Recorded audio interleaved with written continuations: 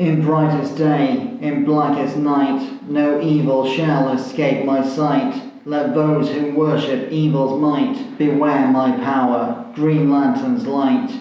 Greetings fellow Decepticons, Sound Blaster 1987 here with another DC Multiverse Toyline review.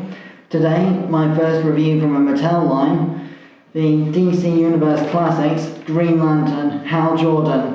Specifically, this is the metallic version of Hal Jordan with a chromed version of his Lantern power battery accessory. I'm not 100% certain as to whether this is a unique version of a figure or a mismatch between the main figure itself and the accessory, because my research can't find any variant of a figure that's actually got a chromed green power battery lantern accessory. So, as you can see, this is from the older Mattel DC line, so articulation standards and physical proportions are a little bit awkward compared to McFarlane's work. For size comparison, here he is next to the McFarlane Toys Parallax Sinestro. So you can see that the old Mattel figures, a little bit shorter of a standard 6-inch range compared to McFarlane's 7-inch figures. This seems a fitting height difference in my opinion with how imposing Sinestro has always been.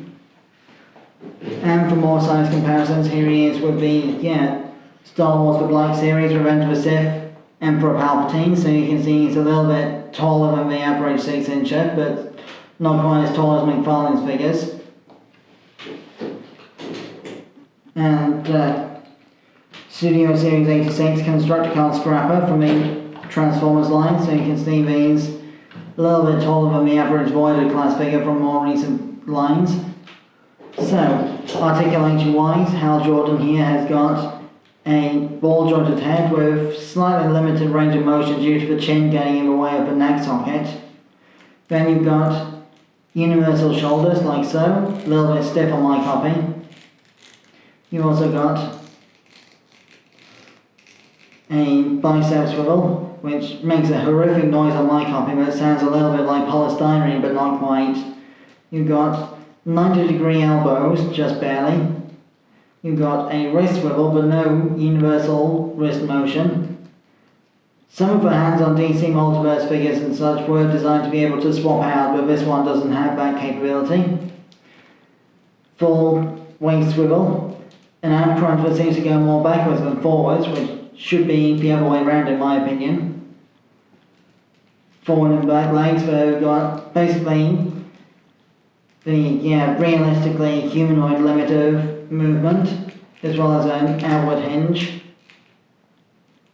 which I'm not going to force too much because I don't want to stress the ancient plastic on this thing. Then you've got a thigh swivel card just above the knee joint, a barely 90 degrees hinge of the knee, and a 45 degree or so hinge of the ankle.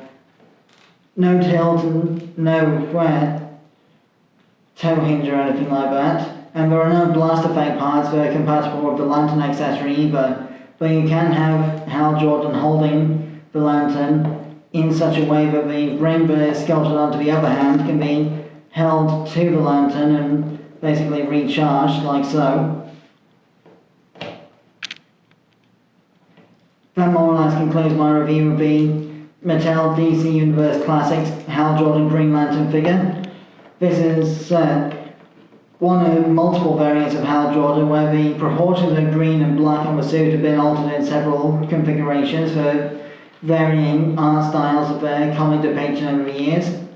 I have been Sound Blaster 1987, thanks again for watching. My next toy review will be a Star Wars The Black Series Phase 1 Clone Trooper, which was given to me by a friend of mine on loan for the review process. Till then, till all are one.